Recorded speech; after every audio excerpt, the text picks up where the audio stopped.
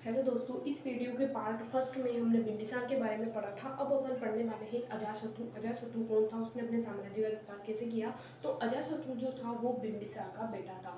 उसने अपने साम्राज्य विस्तार के लिए अपने ही पिता बिंबिसार की हत्या करके वो मगध की राजगद्दी पर बैठ गया। इसके अलावा उसने बहुत सारे ऐसे काम किया जिससे कि उसके साम्राज्य का विस्तार हुआ। सबसे पहले उसने कौशल यानी काशी से युद्ध लड़ना पड़ा। कौशल नरेश प्रसेनजित की बहन जो थी वो कौशल देवी, उससे बिंबिसार ने विवाह किया था। जब बिंबिसार को ही अजातशत्रु ने मार डाला तो इस वियोग में जो कौशल देवी थी वो अपने पिहर चली गई, अपने भाई के साथ पिहर चली गई। और जो कौशल नरेश ने जो काशीनगर उसे दहेज में दिया था वो उसने वापस मांगा अजातशत्रु से। तो अजातशत्रु ने इस बात पर उसे अपना अपमान समझ लिया और उसे काशीनगर लौटाने के लिए मना कर दिया और युद्ध लड़ा। इस युद्ध में अजातशत्रु की सफलता हुई। इसके बाद प्रसेनजित ने उसके साथ संधि कर ली और अपनी पुत्री बाजीरा का विवाह अजातशत्रु के साथ कर दिया और इस प्रकार उसे काशीनगर पुनः लौटा दिया।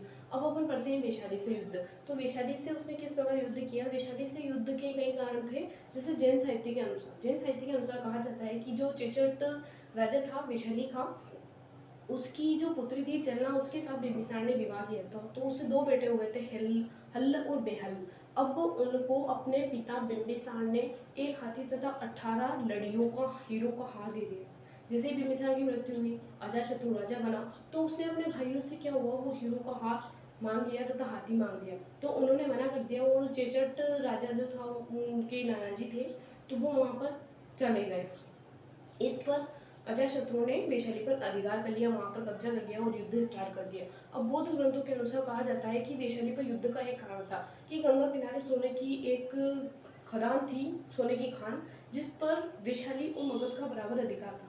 लेकिन जो वैशाली था वो उस पर अपना एकमात्र अधिकार करना चाहता था, तो इसलिए अजातशत्रु ने वैशाली पर अधिकार कर दी।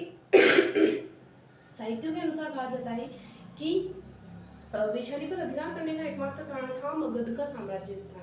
यानी वैशाली पर अधिकार क्यों करना चाहता था वो अजातशत्रु, ये इसलिए करना चाहता था क्योंकि वो अपने मगध साम्राज्य का विस्तार करना चाहता था। अब युद्ध की घटनाएं क्या हुई, अजातशत्रु को पता था कि वैशाली राज्य बहुत बड़ा शक्तिशाली राज्य है, तो उस पर इतना आसानी से सफलता पाना मतलब कठिन है। तो उसने क्या किया, कूटनीति अपनाई।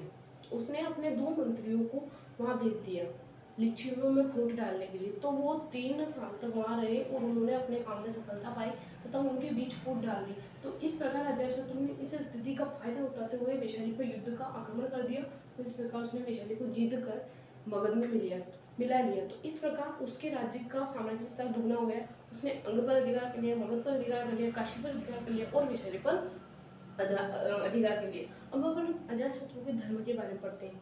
जैन ग्रंथों के अनुसार उसे जैन साहित्य का यानी जैन धर्म का अनुयायी बताया जाता है। कहा जाता है कि ये अजातशत्रु जो था वो अपनी पत्नी के साथ महावीर स्वामी के दर्शन करने गया था वैशाली, और वहाँ पर उसने जैन धर्म को ग्रहण कर लिया था।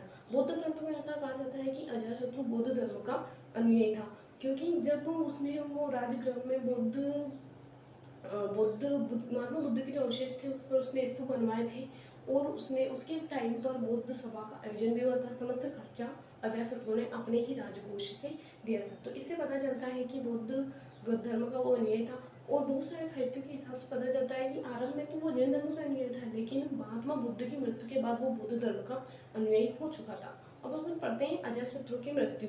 तो अजातशत्रु की मृत्यु जो थी वो 492 ईस्वी पूर्व में अजातशत्रु ने शासन स्थापित किया। उसने 492 से लेकर 462 ईस्वी पूर्व तक मगध की राजगद्दी पर बैठा और शासन स्थापित किया। जय हिंद।